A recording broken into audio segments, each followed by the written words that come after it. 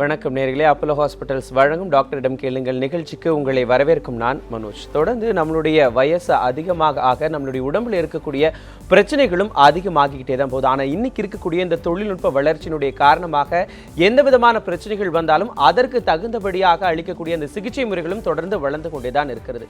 வயது ஆக ஆக ஏற்படக்கூடிய மிக முக்கியமான பிரச்சனைகள்ல இந்த எலும்பு மூட்டுகளில் ஏற்படக்கூடிய பிரச்சனைகள் ரொம்ப அதிக அளவு இருக்கு அப்படின்னே சொல்லலாம். அப்படிப்பட்ட இந்த எலும்பு மூட்டு மற்றும் அது தொடர்பான ஏற்படக்கூடிய பல பிரச்சனைகளும் அதுக்கு இப்போதைய நவீன ட்ரெண்ட்ல என்னென்ன விதமான தொழில்நுட்ப வளர்ச்சியின் மூலமாக சிகிச்சைகள்லாம் இருக்கு அப்படிங்கறத பத்தி தான் இன்னைக்கு நம்மளுடைய அப்போலோ ஹாஸ்பிட்டல்ஸ் வழங்கும் டாக்டரிடம் கேளுங்கள் நிகழ்ச்சியில விடை தேட போறோம்.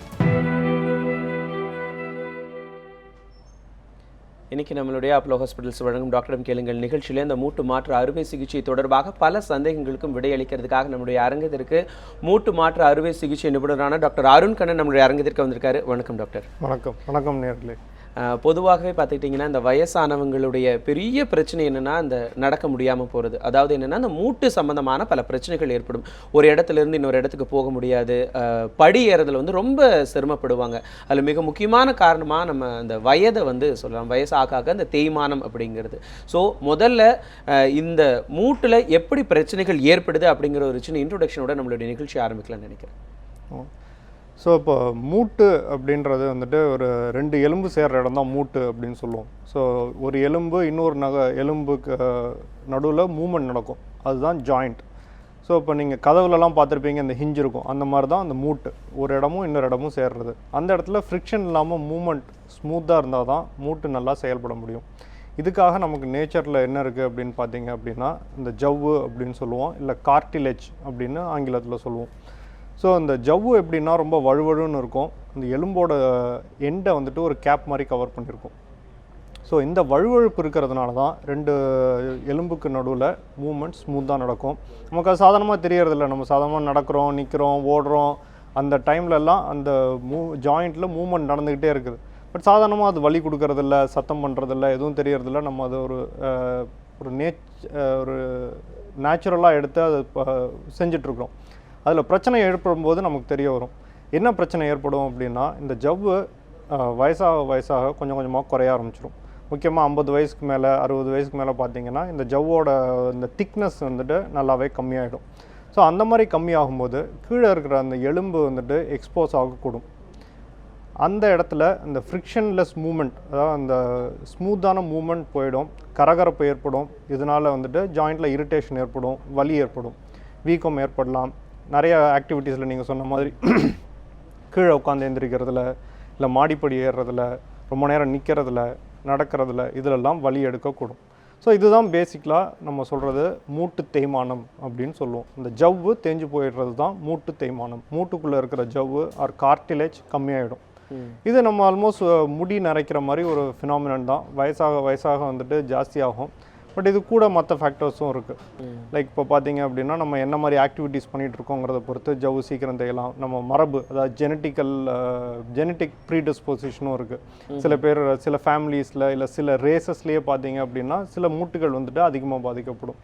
இது தவிர நம்ம உடல் பருமன் இதெல்லாமே வந்துட்டு நம்ம இந்த மூட்டு தேய்மானம் நடக்குதா இல்லையா அப்படிங்கிறது டிட்டர்மின் பண்ணுது. நீங்கள் சொன்னதை போல் இந்த இரண்டு எலும்புகளை ஜாயின் பண்ணக்கூடிய அந்த மூட்டு பகுதியில் மிக முக்கியமாக குறிப்பிட வேண்டிய பல மூட்டுகள்லாம் இருக்குது. அது ஒரு பக்கம் இருந்தாலும் நம்மளுடைய உடம்பினுடைய மேல் பகுதியும் கீழ்பாகத்தையும் இணைக்கக்கூடிய இந்த இடுப்பு பகுதி இருக்குது. ஸோ இடுப்பு பகுதியிலையும் இது தொடர்பான ஏதாவது பிரச்சனைகள் அதிக அளவு வருவதற்கான வாய்ப்புகள் இருக்கா இப்போதைக்கு? கண்டிப்பாக. ஸோ இந்த மூட்டு தேய்மானம்ங்கிறது நிறைய ஜாயின்ட்ஸ் அஃபெக்ட் பண்ண முடியும். நீங்கள் சொன்ன மாதிரி இதில் நம்ம காமனாக இந்தியன் பாப்புலேஷன் பார்த்தீங்க அப்படின்னா இந்த இடுப்பு அப்படின்ற சொல்லுவோம், நம்ம கலோக்கியலாக சொல்கிறது லோயர் பேக், அது தண்டுவடத்தின் கீழ்ப்பகுதி. இந்த இடத்துல வந்துட்டு இந்த ஸ்பாண்டைலைட்டிஸ் இல்லை ஸ்பாண்டைலோசிஸ் அப்படின்றது காமனாக சொல்லக்கூடிய ஒரு வார்த்தை. அதுவும் ஒரு வகையான மூட்டு தேய்மானம் தான். அது இடுப்பு எலும்பில் நடக்கிற ஒரு மூட்டு தேய்மானம், இல்லை முதுகெலும்பில் நடக்கிற ஒரு மூட்டு தேய்மானம் அப்படின்னு சொல்லலாம். முதுகெலும்புகளுக்கு நடுவுலையும் ஜாயின்ட்ஸ் உண்டு. அதில் ஏற்படுற அந்த தேய்மானம் தான் இந்த ஸ்பாண்டைலோசிஸ் அப்படின்னு சொல்லுவோம். இது தவிர பார்த்தீங்க அப்படின்னா கழுத்தில் நடக்கக்கூடும். அதே மாதிரி முழங்கால் மூட்டு, நீ ஜாயிண்ட்டில் வந்துட்டு ரொம்ப காமன். ஸோ ஓவரால் பார்த்தீங்கன்னா மூட்டு தேய்மானம் ரொம்ப காமனாக நடக்கிறது முழங்கால் மூட்டு, அதுக்கு அடுத்தது வந்துட்டு முதுகெலும்பு, அதுக்கப்புறம் கழுத்து. இது 3ல் தான் ரொம்ப காமனாக இந்த மூட்டு தேய்மானம் அப்படின்ற பிரச்சனை நடக்கக்கூடும். கண்டிப்பாக இந்த மூட்டு தேய்மானம் தொடர்பான பல சந்தேகங்களுக்கும் மூட்டு மாற்று அறுவை சிகிச்சை தொடர்பான பல சந்தேகங்களுக்கும் கீழே கொடுக்கப்பட்டிருக்கக்கூடிய இந்த தொலைபேசி எண்ணு கழிச்சு உங்களுடைய சந்தேகங்கள் நேர்கள் நீங்களும் கேட்கலாம். தொடர்ந்து தாம்பரத்திலிருந்து பவித்ரா என்ற நேர் இணைஞ்சிருக்காங்க. வணக்கமா, உங்களுடைய சந்தேகத்தை கேளுங்க.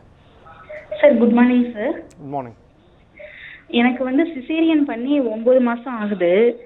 இப்போ எனக்கு ரைட் சைடு முட்டி பாத்தீங்கன்னா உட்கார முடியல, எந்திரிக்க முடியல, ரொம்ப வலிக்குது. அந்த முட்டி வச்சு என்னால பேலன்ஸே பண்ண முடியல. இப்போ வந்து பைக்ல கூட என்னால ஊனி ஏற முடியல, அந்த அளவுக்கு வலிக்குது. இது வந்து சிசேரியன் பண்ணதுனால ஏதாச்சும் ப்ராப்ளமா இருக்குமா? சிசேரியனுக்கும் மூட்டு பிரச்சனை வர்றதுக்கும் டைரெக்டாக எதுவும் ரிலேஷன் இருக்காதுமா. சில டைம் ப்ரெக்னென்சிக்கு அப்புறம் இந்த மாதிரி மூட்டு பிரச்சனைகள் சில டைம் வெளியே வரலாம். ஒரு மூட்டில் மட்டும் இருக்குது அப்படின்னா நீங்கள் ப்ரெக்னென்சியில் இருக்கும்போது வெயிட் போட்டு அதனால் கொஞ்சம் ஸ்ட்ரெயின் ஏற்படலாம், அது ஒரு காரணமாக இருக்கலாம். இல்லை நீங்கள் ஏதாவது உட்காந்து எழுந்திருக்கும் போது ஏதாவது ஸ்ட்ரெயின் ஆகிருக்கலாம், இதெல்லாம் காரணமாக இருக்கலாம். சில பேருக்கு வந்துட்டு இந்த ப்ரெக்னென்சி முடிஞ்ச பீரியடில் இந்த ஆர்த்ரைட்டிஸ் பிரச்சனை கொஞ்சம் ஜாஸ்தியாகக்கூடும். ஸோ இது 3ல் எந்த பிரச்சனை அப்படிங்கிறது உங்களுக்கு பரிசோதனை பண்ணி பார்க்கலாம். சிசேரியனுக்கும் இதுக்கும் டைரெக்டாக எதுவும் ரிலேஷன் இல்லை. சிசேரியன் பண்ணதுனால மூட்டு வலி வருங்கிறது சாத்தியம் இல்லை.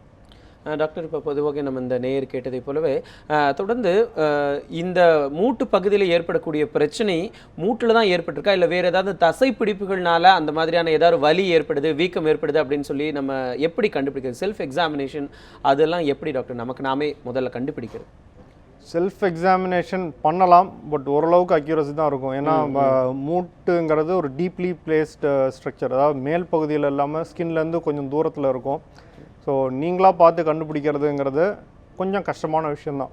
பட் சாதாரணமாக இப்போ ஒரு வயசாகிடுச்சு, அந்த டைமில் வந்துட்டு வலி வந்துட்டுருக்கு, கூட கரகரப்பு இருக்குது, விட்டு விட்டு வலி வருது, அதாவது தொடர்ந்து வலி இல்லாமல் நீங்கள் சில ஆக்டிவிட்டீஸில் மட்டும் வலி வருது, கீழே உட்காந்து எழுந்திரிக்கிறப்போ வலி வருது, இல்லை மாடிப்படி ஏறுறப்போ மட்டும் வலி வருது, இல்லை ரொம்ப தூரம் நடந்ததுக்கப்புறம் வலி வருது அப்படின்னா தென் இட் இஸ் ஜென்ரலாக மூட்டு தேய்மானம் பிரச்சனையாக இருக்குங்கிறது நீங்கள் அசியூம் பண்ணிக்கலாம். தொடர்ந்து இருக்கக்கூடாது வலி. ரெண்டாவது கொஞ்சம் கிராஜுவலாக வரணும். இப்போ திடீர்னு ஒரு நாள் 2 நாளில் வர்ற வலி வந்துட்டு சாதாரணமாக தேய்மானத்தினால வர்ற வலி இல்லை. ஸோ தேய்மானமா இல்லையா அப்படிங்கிறதுக்கு நீங்கள் ஓரளவுக்கு அறிகுறிகள் தெரிஞ்சுக்கலாம். கரகரப்பு இருக்குது, நீங்கள் கை வச்சு முட்டியை மடக்குனீங்கன்னா அப்படின்னு கரகரன்னு சத்தம் வரும், கொஞ்சம் ஆக்டிவிட்டீஸ் ரிலேட்டடாக பெயின் இருக்கும். ரெஸ்ட்டில் பெயின் இருந்துச்சு அப்படின்னா கண்டிப்பாக நீங்கள் போய் உடனே டாக்டரை பார்க்கணுங்கிறது ஒரு அறிகுறி. கண்டிப்பாக அது என்னென்ன அறிகுறி அப்படிங்கிறத பற்றி நம்ம தொடர்ந்து பேசலாம். அடுத்ததாக கோவையிலேருந்து விக்னேஷ் என்ற நேர் நினைச்சிருக்காங்க. வணக்கம் விக்னேஷ், உங்களுடைய சந்தேகத்தை கேளுங்க. ஹலோ. வணக்கம் விக்னேஷ், நீங்கள் இணைப்பில் தான் இருக்கீங்க, உங்களுடைய சந்தேகத்தை கேளுங்க. சார் வணக்கம் சார். வணக்கம், சொல்லுங்கள். சார் எனக்கு என்னன்னா அந்த இடுப்பு கீழே வந்து அப்படியே பெயின் இருக்கு, 2 இதுலையுமே. உங்களுடைய சந்தேகத்தை கொஞ்சம் தெளிவாக கேளுங்க, நீங்கள் இணைப்பில் தான் இருக்கீங்க.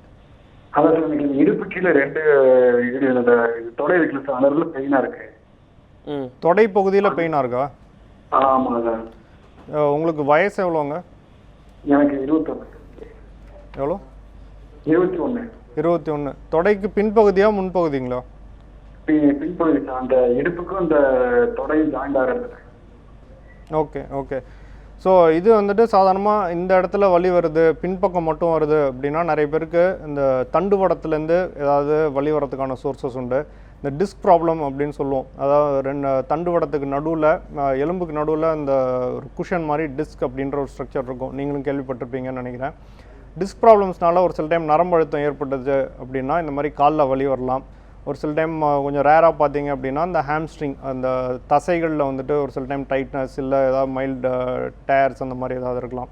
ஸோ பரிசோதனை பண்ணி பார்த்தா தெரியும். பட் மோஸ்ட் லைக்லி உங்களுக்கு வந்துட்டு தண்டுவடத்துலேருந்து பிரச்சனையாக இருக்கலாம். ஸோ அதுக்கு ஒரு டாக்டர்கிட்ட போனீங்க, ஆர்த்தோ டாக்டர்கிட்ட போனீங்க அப்படின்னா உங்கள் தண்டுவடத்தையும் இடுப்பு ஜாயிண்ட் 2த்தையும் பரிசோதனை பண்ணி எங்கேருந்து வலி வருது அப்படின்றது கண்டிப்பாக கண்டுபிடிச்சிடலாம். டாக்டர், நம்ம இந்த மூட்டு வலியை எப்படி என்னென்ன அறிகுறிகள் மூலமாக கண்டுபிடிக்கலாம்னு பேசிட்டு இருந்தோம். என்னென்ன முக்கியமான அறிகுறிகளாக நமக்கு தென்படும்? ஏன்னா நடக்கிறப்ப ஏதாவது வித்தியாசங்கள் தெரியுமா, நம்மளுடைய நடை ஏதாவது மாறுமா, ஒருவேளை கால் மூட்டில் ஏதாவது பிரச்சனை இருந்தால் அந்த மாதிரி ஏதாவது அறிகுறிகள் ஏற்படுமா? ஸோ அதான் முழங்கால் மூட்டில் வந்துட்டு தேய்மானம் நடக்குது அப்படிங்கிறதுக்கு வலி தான் முக்கியமான அறிகுறி.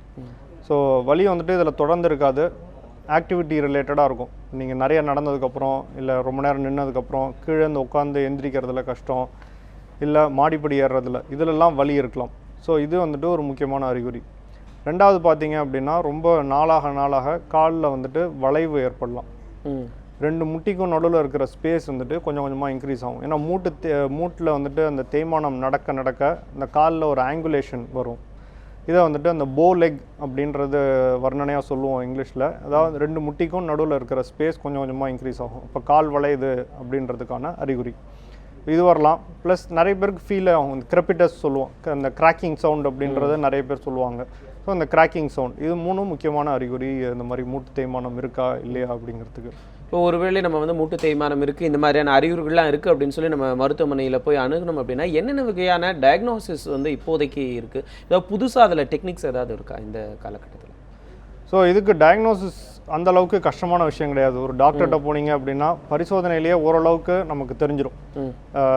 டாக்டர் ஒரு ஆர்த்தோ டாக்டர் பார்க்குறாங்கன்னா பரிசோதனை நீங்கள் சொல்கிற பிரச்சனைகள்லேருந்தும் பரிசோதனை, அதாவது டாக்டர் கை வச்சு பார்க்குறதுலேருந்துமே மூட்டு தேய்மானம் இருக்கா இல்லையா அப்படிங்கிறது ஓரளவுக்கு அரைவ் பண்ணிடலாம் அந்த இடத்துக்கு. எவ்வளோ இருக்குது ப்ளஸ் கன்ஃபார்ம் பண்ணுறதுக்கு மோஸ்ட்டாக எக்ஸ்ரேஸே போதுமானது. ஸோ ரொம்ப சிம்பிள் தான், இதை கண்டுபிடிக்கிறது ரொம்ப ஈஸியான விஷயம். எக்ஸ்ரே பண்ணோன்னாலே நிறைய பேருக்கு தெரிஞ்சிடும். நின்று எக்ஸ்ரே பண்ணால் கரெக்டாக எவ்வளோ தேய்மானம் இருக்குது அப்படிங்கிறது ரொம்ப அக்யூரேட்டாக நம்ம பார்த்துடலாம். ஸோ நின்று எடுத்த எக்ஸ்ரேல அந்த ஜவ்வு எவ்வளோ குறைஞ்சிருக்கு அப்படின்றது ஓரளவுக்கு துல்லியமாகவே சொல்லிடலாம். So x-ray and physical examination, அதாவது டாக்டரோட எக்ஸாமினேஷன் ப்ளஸ் எக்ஸ்ரேலேயே most of the times diagnosis வந்துடும்.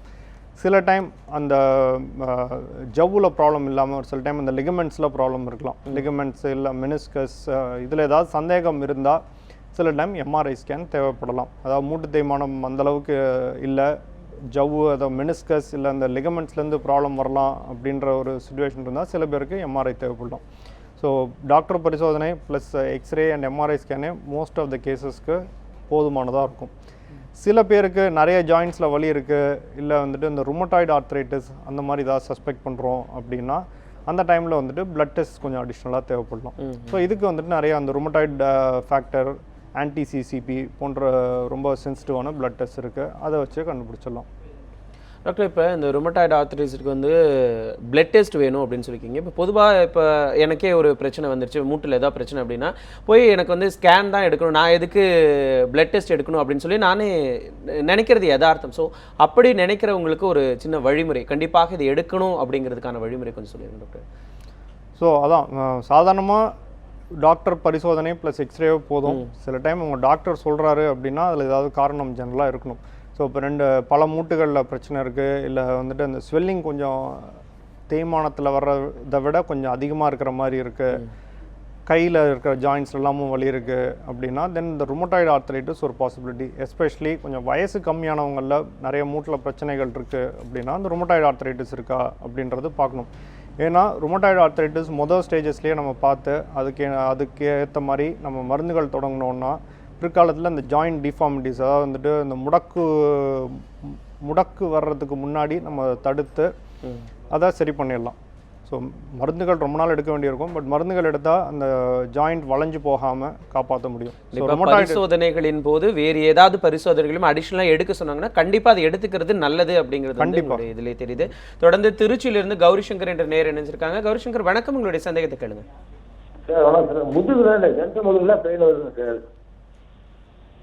தொடர்ந்து சொல்லுங்க, உங்களுடைய சந்தேகத்தை கேளுங்க. டாக்டர்கிட்ட காமிச்சா ஒரு கேஸ் ப்ராப்ளம்ங்கிறாரு, அது மாத்திரை சாப்பிட்டு சரியாச்சு, மறுபடியும் இப்போ பெயின் வந்துருச்சு. அதான் என்ன பண்ணலான்னு. உங்களுக்கு எவ்வளோ வயசு, எவ்வளோ நாளாக பெயின் இருக்குங்க? வயசாகிடுச்சு, அது ஒரு 6 மாதத்துக்கு மேலே பெயின் வந்தது. டாக்டர் சில டேப்லெட் கொடுத்தாங்க, சரியாச்சு. இப்போ மறுபடியும் 1 month தான் அது பெயின் இருக்குது. ஓகே. ஸோ முதுகில் உங்களுக்கு பெயின் இருக்குது, ஒரு 6 மாதமாக இருக்குது அப்படின்னா நீங்கள் ஒரு ஆர்த்தோ டாக்டரை பார்க்குறது உங்களுக்கு ஒரு பெட்டர் சொல்யூஷனாக இருக்கலாங்க. ஸோ ஆர்த்தோ டாக்டர் பார்த்தா ஒரு பரிசோதனை செஞ்சு சாதாரணமாக எக்ஸ்ரே தேவைப்படும். இதுக்கு அதாவது அந்த தண்டு வடத்துக்கான எக்ஸ்ரே தேவைப்படலாம். எடுத்து என்ன பிரச்சனை இருக்குது அப்படின்றது தெரிஞ்சுக்கலாம். அதுக்கேற்ற மாதிரி உங்களுக்கு ட்ரீட்மெண்ட் தேவைப்படலாம். அது மாதிரி இடுப்பு அந்த தண்டு வடத்தில் தேய்மானம் இருக்குது அப்படின்னா மேபி 100% அதை வந்துட்டு சரி பண்ணுறது கஷ்டமாக இருக்கலாம். பட் ஓரளவுக்கு கண்டிப்பாக கண்ட்ரோல் பண்ண கூடும். அதாவது மருந்து மாத்திரைகள் ப்ளஸ் ஃபிசியோதெரப்பி, எக்ஸசைசஸ் இது மூலமாக கண்டிப்பாக கண்ட்ரோலில் வச்சுக்க கூடும். முதுகு தேய்மானமான்னு ஊர்ஜிதப்படுத்தணும், அதாவது கன்ஃபார்ம் பண்ணணும். அப்படி இல்லாமல் ஒரு சில டைம் வேறு சில பிரச்சனைகளும் இருக்கலாம். அந்த மாதிரி இருந்துச்சுன்னா அதுக்கான ட்ரீட்மெண்ட்ஸ் எடுக்க வேண்டியிருக்கும். இப்போ ஒரு விஷயம் பார்த்துட்டிங்கன்னா ஒரு ஃபேக்டர்ஸ், பல ஃபேக்டர்ஸ் இருக்கலாம் ஒரு டிசீஸை இன்டியூஸ் பண்ணுறதுக்கு, ஒரு பிரச்சனையை இன்டியூஸ் பண்ணுறதுக்கு. ஸோ இந்த மூட்டு பிரச்சனையை இன்டியூஸ் பண்ணுறதுல எதெல்லாம் அதிக அளவு வாய்ப்புகள் இருக்குது டாக்டர் ஃபேக்டர்ஸை பொறுத்த வரைக்கும்? ஸோ முக்கியமாக தெரிஞ்சுக்க வேண்டிய ஃபேக்டர்ஸ்னு பார்த்தீங்கன்னா 4. அதை நம்ம 2ஆக பிரிச்சுக்கலாம். 2 வந்துட்டு நம்ம கண்ட்ரோலில் கிடையாது, 2 வந்துட்டு நம்ம கண்ட்ரோலில் உண்டு. இப்போ 2 எது நம்ம கண்ட்ரோலில் கிடையாது அப்படின்னு பார்த்தீங்கன்னா, ஒன்று வயசு ஜாஸ்தியாக இந்த மூட்டு தேய்மானம் நடக்கிறதுக்கான வாய்ப்புகள் அதிகம். இப்போ நீங்கள் வயசானதை நீங்கள் கண்ட்ரோல் பண்ண முடியாது, ஸோ அதை பற்றி விட்டுருங்க. 2வது பார்த்தீங்கன்னா ஜெனட்டிக் ஃபேக்டர்ஸ் இல்லை ரேஷியல் ஃபேக்டர்ஸ் அப்படின்னு வச்சுக்கலாம். அதாவது வந்துட்டு நம்ம மரபு சம்மந்தப்பட்ட ஃபேக்டர்ஸ். இப்போ பார்த்தீங்கன்னா இந்தியர்களில் முழங்கால் மூட்டில் தேய்மானம் அதிகம், அதே மாதிரி இந்த முதுகெலும்பில் ஏற்படுற தேய்மானம் அதிகம். ஹிப் ஜாயிண்ட், இந்த பால் அண்ட் சாக்கெட் ஹிப் ஜாயிண்டில் ஏற்படுற தேய்மானம்னு பார்த்தீங்கன்னா ரொம்ப ரேர். ஆனால் இப்போ வெள்ளையர்களில் பார்த்தீங்க அப்படின்னா இந்த ஹிப் ஜாயிண்ட்லேயும் நிறைய ஆர்த்ரைட்டிஸ் காணப்படும். ஸோ இந்த 2வது வந்துட்டு மரபியல் சம்மந்தப்பட்ட ஃபேக்டர்ஸ். ஸோ இதையும் நம்மளால் ஒன்றும் பண்ண முடியாது. ஸோ இது 2யும் நீங்கள் தெரிஞ்சுக்கலாம், பட் வந்துட்டு இதுக்கு நீங்கள் இம்பார்ட்டன்ஸ் கொடுத்து மாற்றவும் முடியாது. ஸோ அதுக்கு அவ்வளோ இம்பார்ட்டன்ஸ் கிடையாது. உங்கள் கையில் என்ன இருக்குது அப்படின்னு பார்த்தீங்கன்னா 2 முக்கியமான ஃபேக்டர்ஸ். அந்த 2 முக்கியமான ஃபேக்டர்ஸ் என்ன அப்படிங்கிறத நம்ம தொடர்ந்து பார்க்கலாம். அதுக்கு முன்னாடி சென்னையிலேருந்து ஷாஜித் என்ற நேர் இணைஞ்சிருக்காங்க. வணக்கம் ஷாஜித், உங்களுடைய சந்தேகத்தை கேளுங்க. Hello doctor, good morning. என் பேர் ஷாஜித், சென்னையிலேருந்து கால் பண்ணுறேன். என்னோட ஏஜ் பார்த்தீங்கன்னா 26 இயர்ஸ். 3 months பிஃபோர் விளையாடும் போது லெஃப்ட் மேல அடிபட்டுச்சு. ஸோ டாக்டர் கிட்ட போயிட்டு அதுக்கப்புறம் எம்ஆர்ஐ ஸ்கேன் எடுக்க சொன்னாங்க. எம்ஆர்ஐ ஸ்கேன் ரிப்போர்ட்ல வந்து ஏசிஎல் டயர்னு வந்திருக்கு, ஃபிட்னஸ்க்கு தேவை இருக்குன்னு சொல்லி. அதுக்கப்புறம் எம்ஆர்ஐ ஸ்கேன் ரிப்போர்ட் டாக்டர் கிட்ட காமிச்சதுக்கப்புறம் ஏசிஎல் ரீகன்ஸ்ட்ரக்ஷன் பண்ண சொல்லியிருந்தாங்க. பட் இப்போ இந்த ஏஜ்ல வந்து ரீகன்ஸ்ட்ரக்ஷன்லாம் பண்ணால் அது லாங் டேர்முக்கு ஏதாவது பாதிப்பு இருக்குதான்னு கேட்க தான் கால் பண்ணுறேன். ஸோ ஏசிஎல்ங்கிறது ஒரு மூட்டுக்குள்ளே இருக்கிற, முழங்கால் மூட்டுக்குள்ளே இருக்கிற ஒரு முக்கியமான லிகமெண்ட், அதாவது ஜவ்வு அப்படின்றத வச்சுக்கலாம். ஸோ இப்போது முழங்கால் மூட்டில் ஸ்டேபிளாக மூவ்மெண்ட் நடக்கிறதுக்கு, சீரான மூவ்மெண்ட் நடக்கிறதுக்கு ஒரு முக்கியமான ஜவ்வு அப்படிங்கிறது ரொம்ப ரொம்ப ப்ரூவன் ஃபேக்ட். ஸோ இப்போ இந்த ஏசிஎல் கிழிஞ்சிருச்சு அப்படின்னா உங்கள் வயசில், அதாவது வந்துட்டு யங் பீப்புளில் இதை ரீகன்ஸ்ட்ரக்ட் பண்ணுறது தான் ஸ்டாண்டர்ட் ட்ரீட்மெண்ட்டாக இப்போ இருந்துகிட்ருக்கு. அதுக்கு என்ன காரணம் அப்படின்னு பார்த்தீங்க அப்படின்னா, இந்த ஏசிஎல் ஜவ்வு இல்லை அப்படின்னா இந்த மூட்டில் வந்துட்டு இன்ஸ்டெபிலிட்டி வரும். அதாவது வந்துட்டு நடக்கும்போது இல்லை ஒரு சில டைம் இந்த பிவட்டிங் ஆக்ஷன்ஸ்னு முக்கியமாக சொல்லுவோம். திரும்பும்போது இல்லை ஓடும்போது இந்த மாதிரி ஆக்டிவிட்டீஸில் முழங்கால் மூட்டு வந்துட்டு ஸ்டேபிளாக இருக்காது. அது வந்துட்டு அப்நார்மல் மூமெண்ட்ஸுக்கு வரும். அப்படி ஏற்படும்போது மற்ற ஜவ்வுகளில் வந்துட்டு இன்னும் டேமேஜ் ஏற்படுறதுக்கான வாய்ப்புகள் அதிகம். இந்த மெனிஸ்கஸ் அப்படிங்கிற ஒரு ஜவ்வு சொல்லுவோம், அது ஒரு முட்டியில் குஷன் மாதிரி இருக்கும், அதுவும் கிழிஞ்சிரும். இந்த ஏசிஎல் வந்துட்டு உங்களுக்கு சரியாக வேலை பார்க்கல அப்படின்னா இந்த மெனிஸ்கஸில் டேமேஜஸ் வர்றதுக்கான வாய்ப்புகள் உண்டு. இந்த மாதிரி ஜவ்வுகளில் பிரச்சனை வந்துச்சு அப்படின்னா அதாவது சாதாரணமாக வர்றதை விட முன்னாடியே மூட்டு தேய்மானம் ஏற்படுவதற்கான வாய்ப்புகள் அதிகமாக இருக்குது. ஸோ யங் பீப்புளில் 36 டெஃபினட்டாக யங் தான். ஸோ இந்த ஏஜில் வந்துட்டு ஏசிஎல் கிழிஞ்சிருக்கு அப்படின்னா இப்போதைக்கு ஸ்டாண்டர்ட் ட்ரீட்மெண்ட் அதை ரீகன்ஸ்ட்ரக்ட் பண்ணுறது தான். ரீகன்ஸ்ட்ரக்ட் பண்ணாததுனால தான் உங்களுக்கு பிரச்சனைகள் அதிகமாக வரக்கூடும்.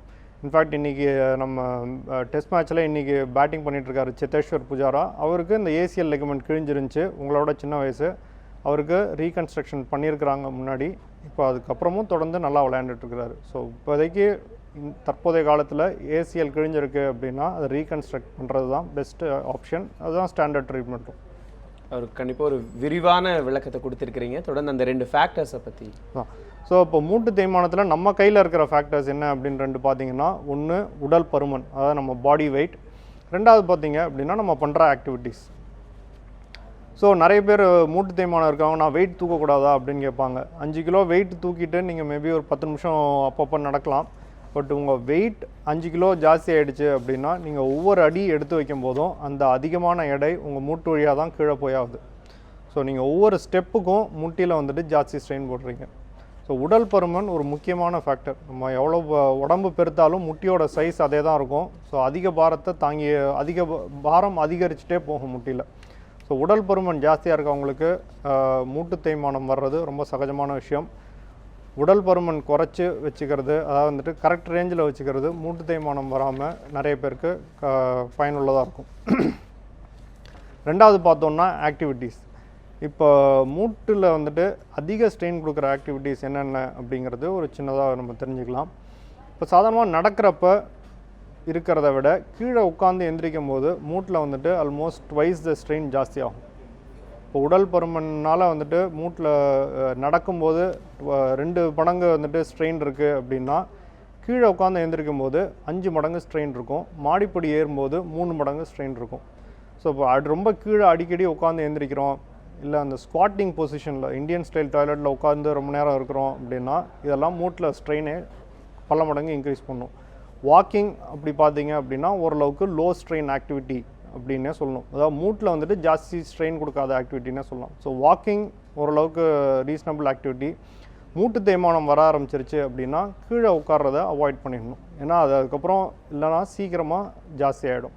ஸோ இப்போ மூட்டில் கரகரப்பு வருது, வலி வருது, அந்த ஸ்டேஜில் இருக்கிறீங்கன்னா கீழே உட்கார்றத வந்துட்டு தவிர்த்துடணும். மாடிப்படி ஏறுறத ஓரளவுக்கு ரேஷ்னலைஸ் பண்ணி கம்மி பண்ணிக்கிறது நல்லது.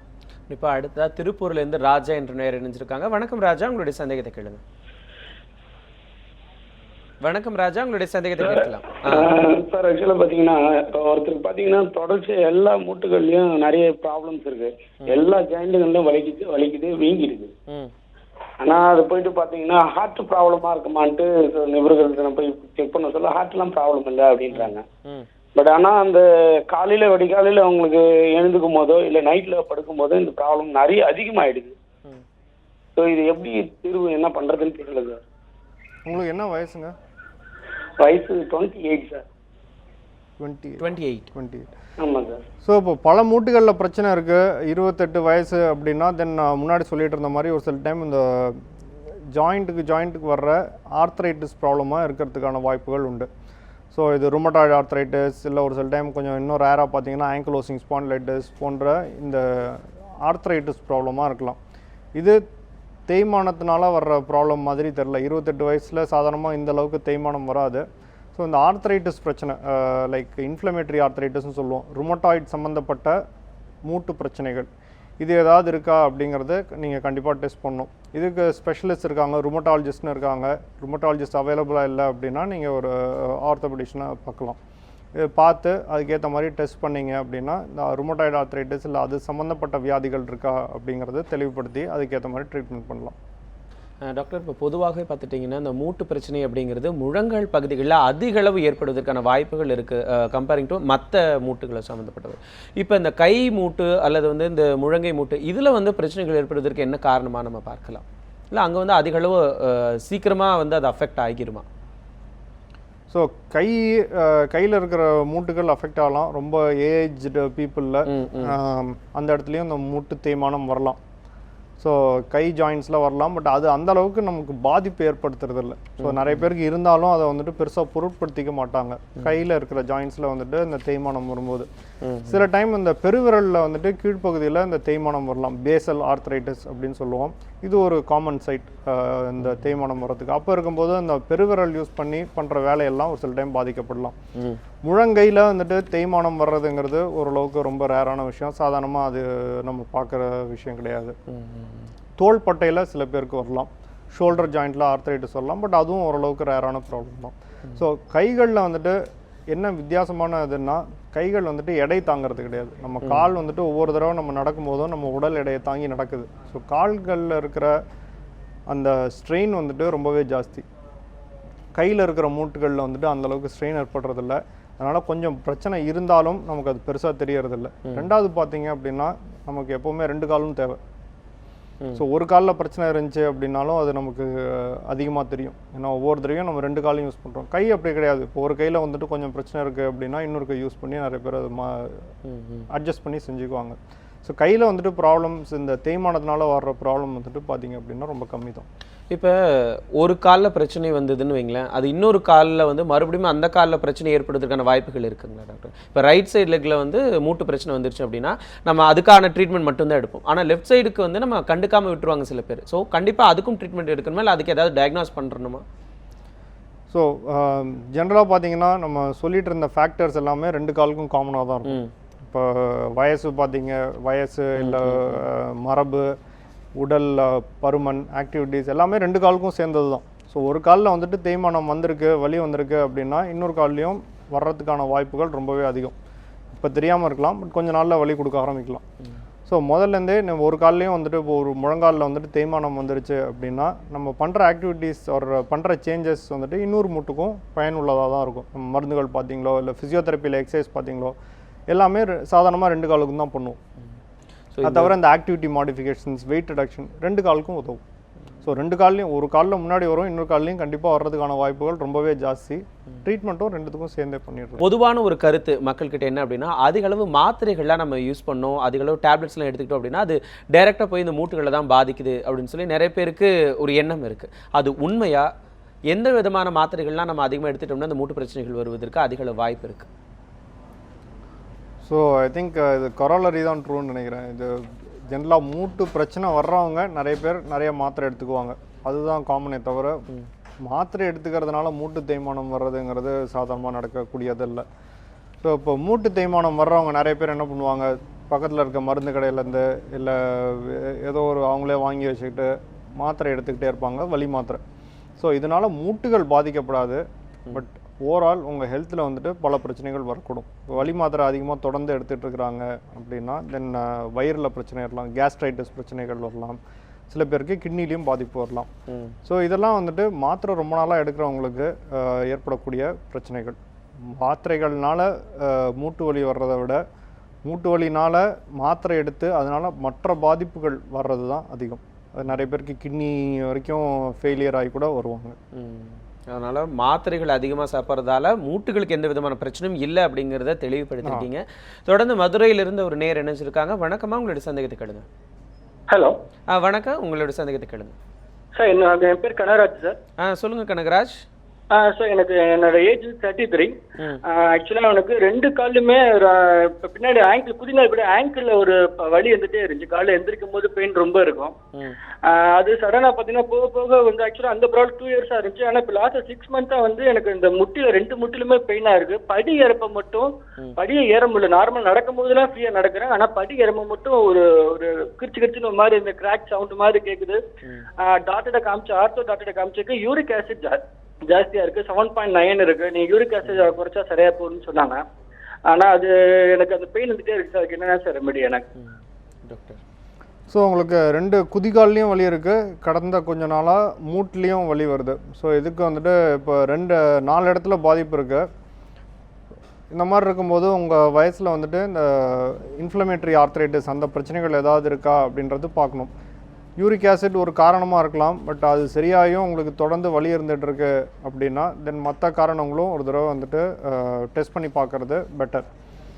குதிகால் வலி சாதாரணமாக உங்கள் இந்த ரீஜனில் ஏற்படுறதா குதிகாலுக்கு பின்பக்கம் ஏற்படுற வலிங்கிறது இந்த டெண்டன் ரிலேட்டட் ப்ராப்ளம் இல்லை லிகமெண்ட் ரிலேட்டட் ப்ராப்ளமாக இருக்கலாம்.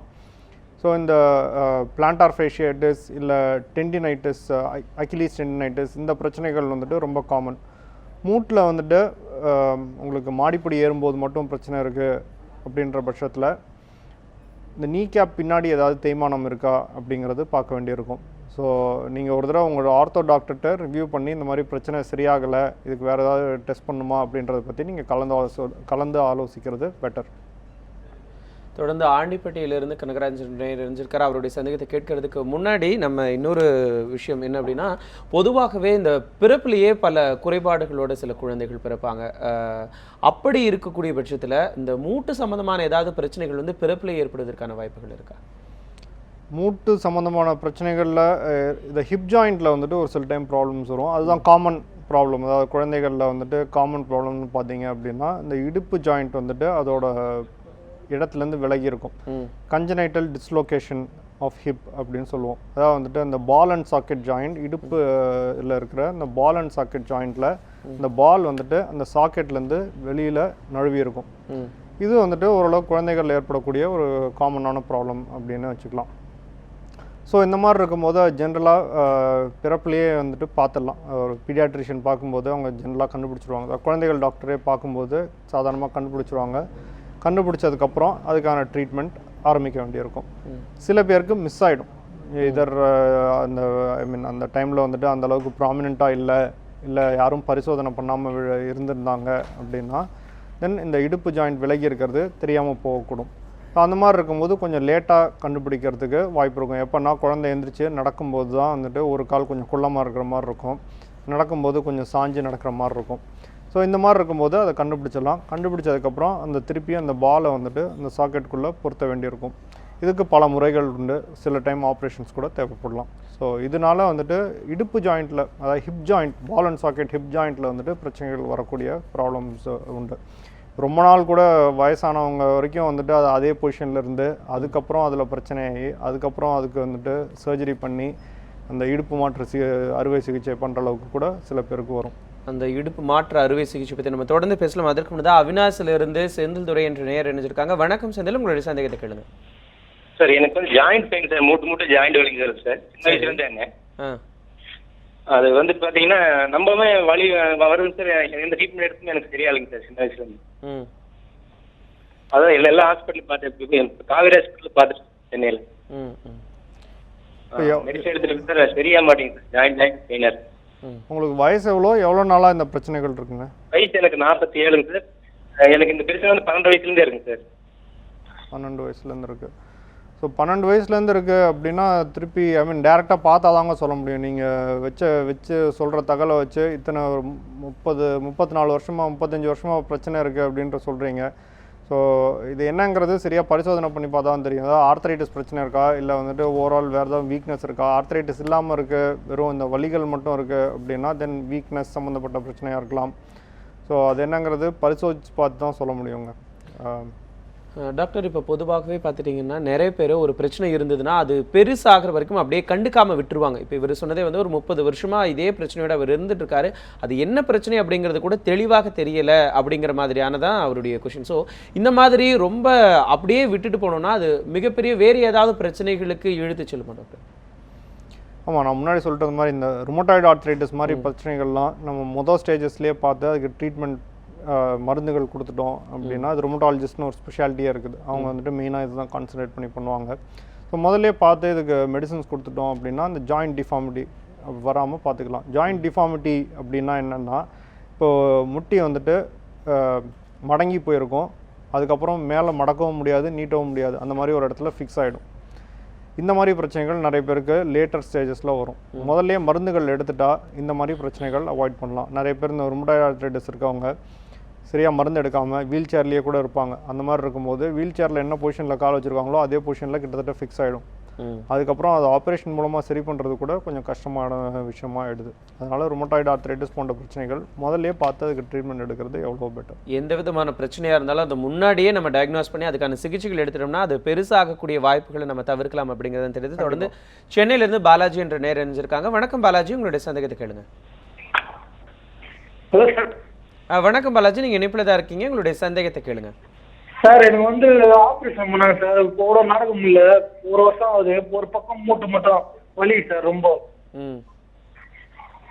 ரைட் சைடு லெக் மட்டும் ரொம்ப வலி சார், மூட்டு மட்டும். ஆப்ரேஷன் பண்ணதுக்கு அப்புறமும் உங்களுக்கு வலி இருக்குன்னு சொல்றீங்க? ஆமா சார், இப்போ ஒன்றும் நடக்க முடியல சார், ஆனால் முட்டி மலர்ச்சி நீட்னா சவுண்டு கேட்குது சார். என்ன ஆப்ரேஷன் பண்ணியிருக்காங்க? என்னங்க சார்? என்ன ஆப்ரேஷன் பண்ணியிருக்காங்க?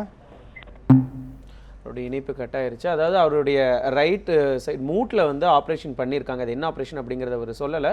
ஆனாலும் வந்து தொடர்ந்து அந்த க்ரீச்சு அந்த சவுண்ட் வந்து வந்துக்கிட்டே இருக்குது, இன்னும் வலி இருந்துக்கிட்டே இருக்குது அப்படிங்கிறது தான் அவருடைய சந்தேகம். ஸோ எதுக்கான ஆப்ரேஷன் பண்ணியிருக்காங்க, என்ன ஆப்ரேஷன் பண்ணியிருக்காங்க அப்படின்றது தெரிஞ்சால் தான் நம்ம மேற்கொண்டு இதை அணுக முடியும்.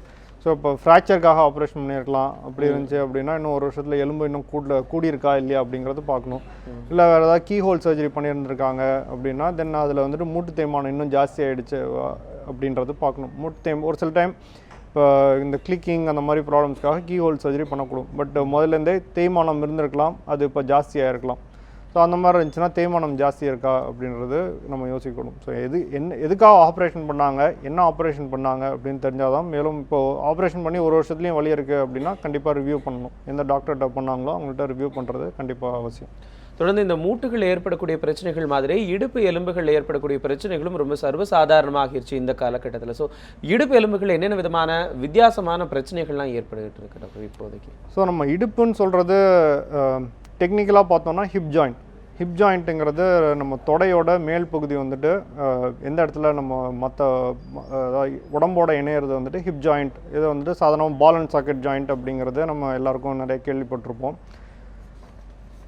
ஆனால் கொலோக்கியலாக நிறைய பேர் இடுப்பு ஜாயிண்ட் சொல்கிறது கீழ் முதுகியும் இடுப்பு ஜாயிண்ட் அப்படின்னு சொல்லுவாங்க. ஸோ நம்ம ஹிப் ஜாயிண்ட் பார்த்தா ப்ராப்பர் ஹிப் ஜாயிண்ட் அப்படின்றத பார்த்தோம்னா அது பால் அண்ட் சாக்கெட் ஜாயிண்ட். இதில் நம்ம பாப்புலேஷனில், அதாவது இந்தியன் பாப்புலேஷனில் அந்த அளவுக்கு தேய்மானம் பிரச்சனை வர்றதில்லை. பட் வேறு சில விதமான பிரச்சனைகள் வரக்கூடும். அதில் முக்கியமானது என்னன்னு பார்த்தீங்க அப்படின்னா இந்த இடத்துல ஃப்ராக்சர்ஸ் ரொம்ப காமன். முக்கியமாக வயதானவர்களில் இந்த ஆஸ்டியோபோரோசிஸ் அப்படின்னு சொல்லுவோம். அதாவது எலும்போட ஸ்ட்ரென்த் கம்மியானதுக்கப்புறம் அதில் ஃப்ராக்சர்ஸ் வர்றது ரொம்பவே காமன். ஸோ அந்த மாதிரி ஃப்ராக்சர்ஸ் வர்ற நிறைய பேருக்கு அதுக்கு ஆப்ரேஷன் தேவைப்படுது. இது வராமல் தடுக்கிறதுக்கு இந்த ஆஸ்டியோபோரோசிஸை ட்ரீட் பண்ண வேண்டியிருக்கணும்.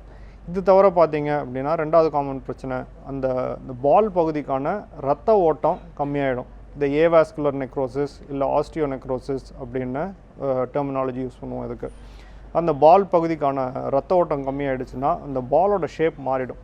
பாலோட ஷேப் மாறிடுச்சு அப்படின்னா அது அந்த சாக்கெட்டுக்குள்ளே ஸ்மூத்தாக நகர முடியாது.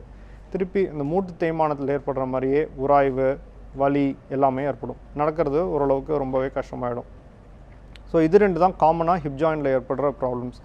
மூணாவது பார்த்தீங்கன்னா ஒரு சில அந்த ருமட்டாய்டு ஆர்த்ரைட்டிஸ், ஆங்கிலோசிங் ஸ்பாண்டிலைட்டிஸ் போன்ற பிரச்சனைகள்லையும் இடுப்பு ஜாயிண்ட், அதாவது ஹிப் ஜாயிண்ட் வந்துட்டு நிறையவே அஃபெக்ட் ஆகுது. ஸோ இது 3 விதமான ப்ராப்ளம்கள் ரொம்பவே காமன். தொடர்ந்து ரஞ்சித் என்ற நேர் கோவில்பட்டியிலேருந்து நினைஞ்சிருக்காங்க. வணக்கம் ரஞ்சித், உங்களுடைய சந்தேகத்தை கேளுங்க. ஹலோ சார், அது வந்து இல்லை உங்களுடைய தொலைபேசி இணைப்பில் ஏதோ பிரச்சனை இருக்குன்னு நினைக்கிறேன், நீங்கள் தெளிவாக பேசுங்க. ஹலோ என் வயசு 40 ஆகுது சார். சொல்லுங்கள். என் வயசு 40 ஆகுது. ஆனால் வந்து எனக்கு கை விரல் மட்டும் ஒர்க் கை விரல் மட்டும் ஒர்க் ஆகும் சார். சரி, அது ஏன் சார்? ஸ்கேன் பண்ணி பார்த்ததுல கழுத்து சேஞ்ச் இருக்கு, அதனால விரல் ஒர்க் ஆக மாட்டேங்குது சார். அவருடைய வயது 40 ஆகுதா? அவருடைய கை விரல்கள் வந்து செயலிழந்துருச்சு அப்படிங்கிற மாதிரி சொல்றாரு. ஏன் அப்படின்னு வந்து அவர் டெஸ்ட் பண்ணதுக்கு கழுத்துல பிரச்சனை இருக்கிறதால உங்களுக்கு கை விரல்கள்லையும் இப்போ பிரச்சனை இருக்கு அப்படிங்கிற மாதிரி சொல்லியிருக்காங்க. ஓகே. ஸோ இந்த கைக்கு சப்ளை பண்ணுற நரம்புகள் பார்த்தீங்க அப்படின்னா நம்ம கழுத்துலேருந்து தான் கைக்கு வருது.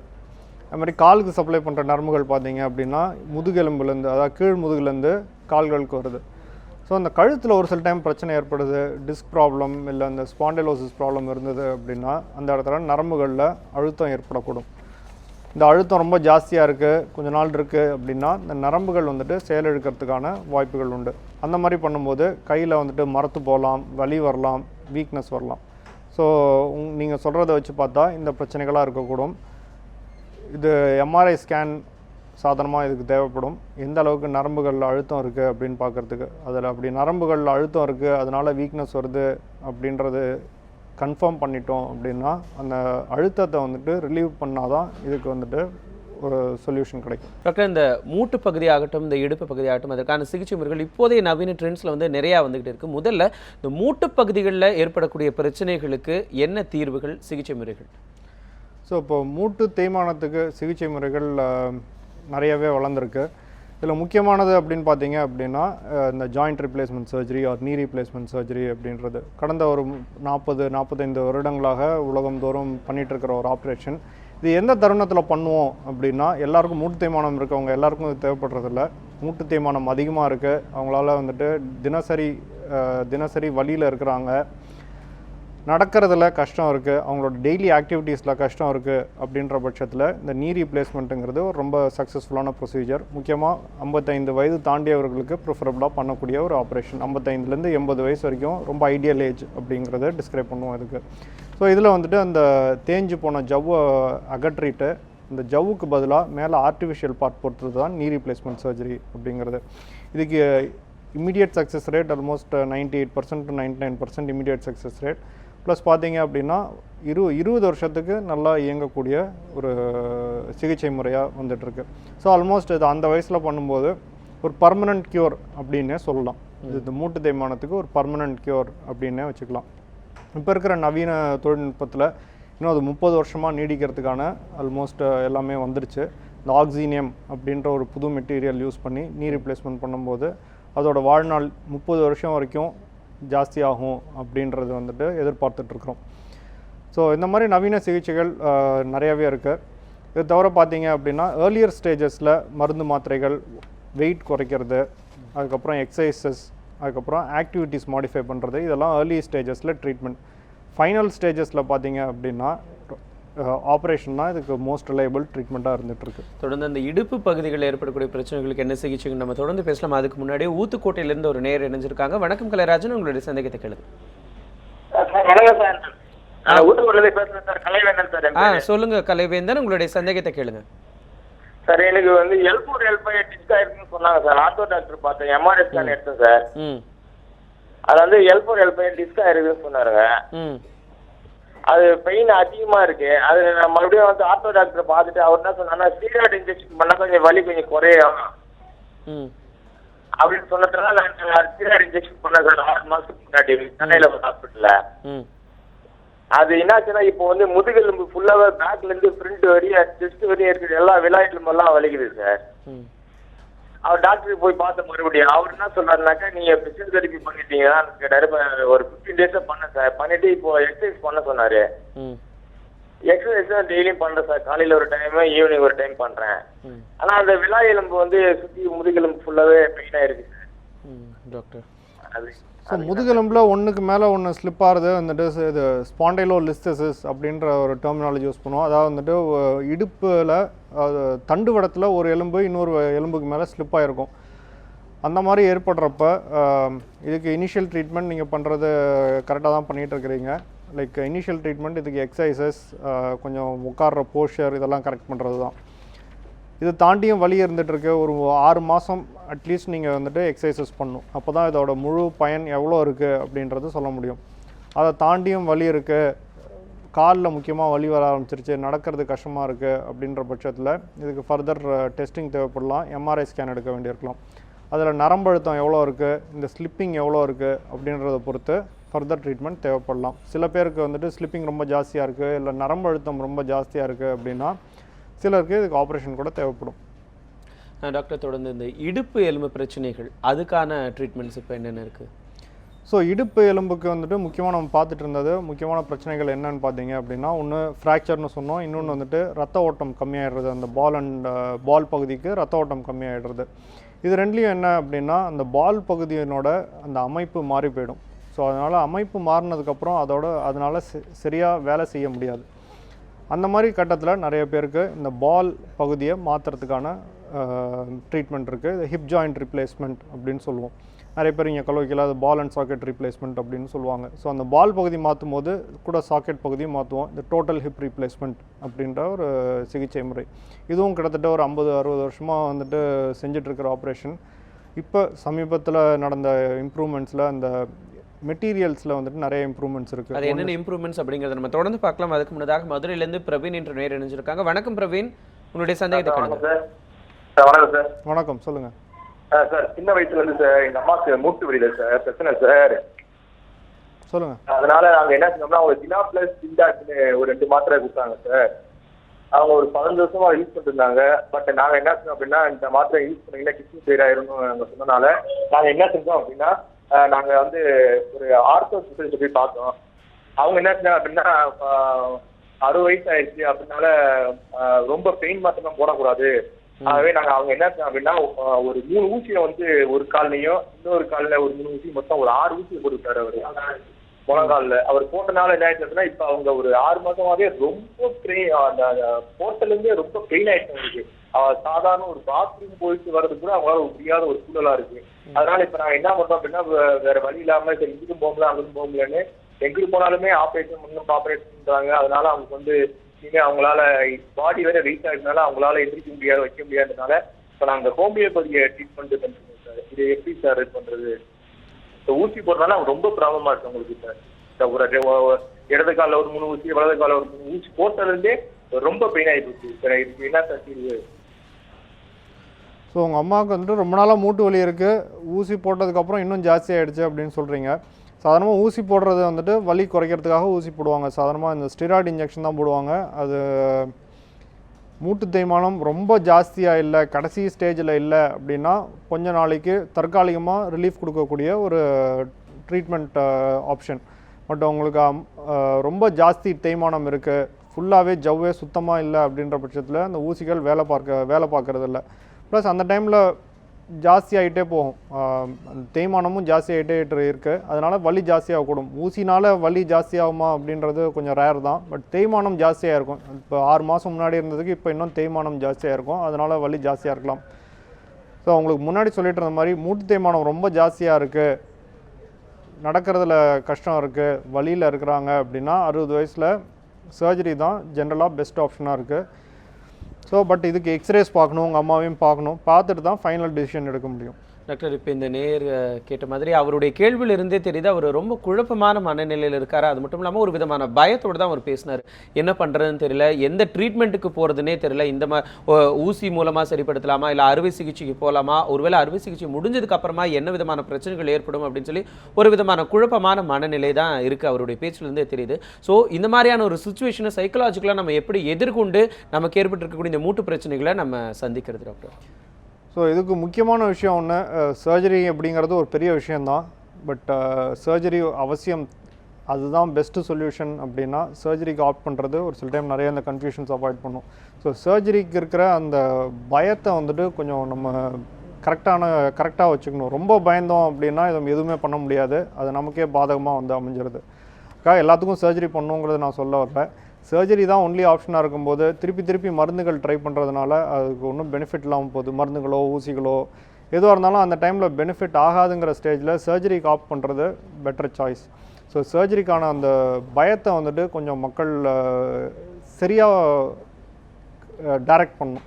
ரொம்ப பயந்து சர்ஜரியே வேணான்னு இன்னும் மேலே கஷ்டப்படுறதுக்கு அவசியம் இல்லை. கண்டிப்பாக ஒரு தைரியமான முடிவை எடுத்து நமக்கு எந்த ட்ரீட்மெண்ட் எடுத்துட்டோம்னா நம்ம உடனடியாக ரிலீவ் ஆகுவோம் அப்படிங்கிறத தெரிஞ்சுக்கிட்டு அவங்க அந்த சிகிச்சை முறைகள் எடுத்துக்கணும் அப்படிங்கிறதான் தெரியுது. தொடர்ந்து சித்ரா என்ற நேரம் 57 நினைச்சிருக்காங்க. வணக்கமா, உங்களுடைய சந்தேகத்தை கேளுங்க. சார், எனக்கு வந்து 6 வருஷமா இந்த விரல் எலும்புகள்ல வலி இருக்கு. அதுவும் கார்த்தாலையில எழுந்துக்கும் போது இந்த பெயின் ஜாஸ்தியா இருக்கு. கையை இப்ப முழங்கை இப்படி தலைக்கு மேல தூக்கி வச்சுட்டு படுத்துட்டு கீழே இறக்கும்போது பாத்தீங்கன்னா காலை நேரத்துலயோ இல்ல ஒரு 1/2 hour அப்படி வச்சு படுத்திருந்தா கூட திருப்பி கீழே இறக்கும்போது பெயின், காலில் குதிகால் வலி, இது மாதிரி எல்லா இதுலயும். இது ஆர்த்தரைட்டிஸா? இதுக்கு வந்து மெடிசன் சாப்பிட்டா போதுமா இல்ல அதுக்கும் வந்து ஆப்ரேஷன் பண்ணணுமா? என்ன மாதிரி ட்ரீட்மெண்ட் எடுத்துக்கணும்? ஸோ உங்களுக்கு நீங்கள் சொல்கிறத வச்சு பார்க்கும்போது கையில் நிறையா மூட்டுகளில் வலி இருக்குது, குதிகால்லையும் வலி இருக்குது, காலையில் எந்திரிக்கும் போது ஜாஸ்தியாக இருக்குது. இதெல்லாம் வந்துட்டு ஆர்த்தரைட்டிஸ் பிரச்சனைகளாக இருக்கிறதுக்கான வாய்ப்புகள் அதிகம். ஸோ இதை பார்க்குறதுக்கு பிளட் டெஸ்ட் தேவைப்படும். ஒரு ருமட்டாலஜிஸ்ட் இல்லை ருமட்டாலஜி ஸ்பெஷலிஸ்ட்டை நீங்கள் பார்க்கலாம். ஸோ அவர் பார்த்தீங்க அப்படின்னா இதுக்கேற்ற மாதிரி டெஸ்ட் பண்ணுவாங்க. டெஸ்ட் பண்ணிட்டு இந்த ஸ்டேஜில் நீங்கள் சொல்கிறத வச்சு பார்க்கும்போது மருந்துலேயே கண்ட்ரோல் பண்ணக்கூடிய ஒரு பிரச்சனையாக தான் இருக்கும்னு நான் எதிர்பார்க்குறேன். ஸோ நீங்கள் ஒரு ருமட்டாலஜிஸ்ட்டை பார்த்து அவங்க சொல்கிற மாதிரி டெஸ்ட் பண்ணி தொடர்ந்து மருந்து எடுக்கணும். அதுதான் முக்கியமான விஷயம் அதில். டாக்டர், நமக்கு எந்த பிரச்சனைகள் வந்தாலும் அதை தீர்க்கிற அளவுக்கு இன்றைக்கி இருக்கக்கூடிய இந்த டெக்னாலஜிக்கலாக நிறையா ட்ரீட்மெண்ட்ஸ்லாம் வந்துருச்சு. ஆனால் ஒரு பிரச்சனை வந்ததுக்கப்புறமா அதோட ட்ரீட்மெண்ட்ஸை தேடி போகாமல் அதுக்கு முன்னாடியே அந்த பிரச்சனை வராமல் தடுக்கிறது தான் ரொம்ப புத்திசாலித்தனம். ஸோ இந்த மாதிரி மூட்டு பிரச்சனைகளாகட்டும், இடுப்பு எலும்புகளில் பிரச்சனைகளாகட்டும் வராமல் எப்படி நம்ம தடுக்கலாம்? ஸோ ஒவ்வொரு பகுதிக்கும் ஒவ்வொரு மாதிரி ப்ரிவென்ஷன் இருக்கணும். பேசிக் எல்லாத்துக்கும் அடிப்படை பார்த்தீங்க அப்படின்னா உங்கள் உடல் பருமன் கண்ட்ரோல்டாக வச்சுக்கிறது. அது எல்லா ஜாயிண்ட்ஸ்லையும் ஸ்ட்ரெயின் கொடுக்கும். இடுப்பு எலும்புலேருந்து சரி, ஹிப் ஜாயிண்ட்லேயும் சரி, நீ ஜாயிண்ட் எல்லாத்துலேயுமே இந்த உடல் பருமனோட ஸ்ட்ரெயின் தொடர்ந்து இருந்துக்கிட்டே இருக்கும். ஸோ முக்கியமாக உடல் பருமன், அதாவது பாடி வெயிட்டை வந்துட்டு கண்ட்ரோலில் வச்சுக்கணும். ரெண்டாவதாக பார்த்தீங்க அப்படின்னா இப்போ முழங்கால் அப்படின்ற பட்சத்தில் கீழே உட்காந்து எந்திரிக்கும் போது இந்த வலி வர ஆரம்பிக்குது அப்படின்னா தென் அந்த ஆக்டிவிட்டீஸை அவாய்ட் பண்ணணும். பெயின் வந்துட்டு ஒரு ப்ரொடெக்டிவ் சென்சேஷன் நம்ம ட்ரீட் பண்ணிக்கணும். ஏதாவது ஆக்டிவிட்டீஸில் நமக்கு பெயின் வருது அப்படின்னா இதில் ஏன் வருது அப்படிங்கிறத நம்ம பார்த்து அதுக்கேற்ற மாதிரி மாடிஃபிகேஷன்ஸ் பண்ணிக்கணும். அதாவது தண்டுவடத்தில் தேய்மானம் வராமல் பார்த்துக்கிறதுல போஸ்டர் வந்துட்டு ரொம்ப முக்கியமான விஷயம். நம்ம கரெக்டான போஸ்டரில் உட்காடுறோமா, கரெக்டான போஸ்டரில் படுக்கிறோமா, கரெக்டான போஸ்டரில் நடக்கிறோமாங்கிறது ஒரு முக்கியமான விஷயம். ரொம்ப கூன் போட்டு உட்காடுறது, முதுகுக்கு சப்போர்ட் இல்லாமல் ரொம்ப நேரம் உட்காடுறது, இதெல்லாம் அதாவது முதுகெலும்பில் தேய்மானம் வர்றதுக்கான வாய்ப்புகளை அதிகரிக்கும். நிச்சயமாக இந்த மாதிரியான காரணங்களால் தான் நம்ம முன்னெச்சரிக்கை நடவடிக்கையாக நம்ம ஈடுபடலாம் அப்படிங்கிறது உங்களுடைய பேச்சிலிருந்து தெரியுது. எனவே டாக்டர், எங்களுடைய அரங்கத்திற்கே வந்து மூட்டு சம்பந்தமான பல வித்தியாசமான கேள்விகளுக்கும் ரொம்ப தெளிவான விளக்கங்களை கொடுத்தீங்க. நன்றி டாக்டர். நன்றி. நேயர்களே, இத்தோடு இந்த வாரத்தினுடைய அப்போலோ ஹாஸ்பிட்டல்ஸ் வழங்கும் டாக்டர் கேளுங்கள் நிகழ்ச்சியை நிறைவு செய்யலாம். இன்னும் அடுத்த வாரம் உங்களை சந்திக்கும் வரை உங்களிடமிருந்து விடைபெறும் நான் மனோஜ்.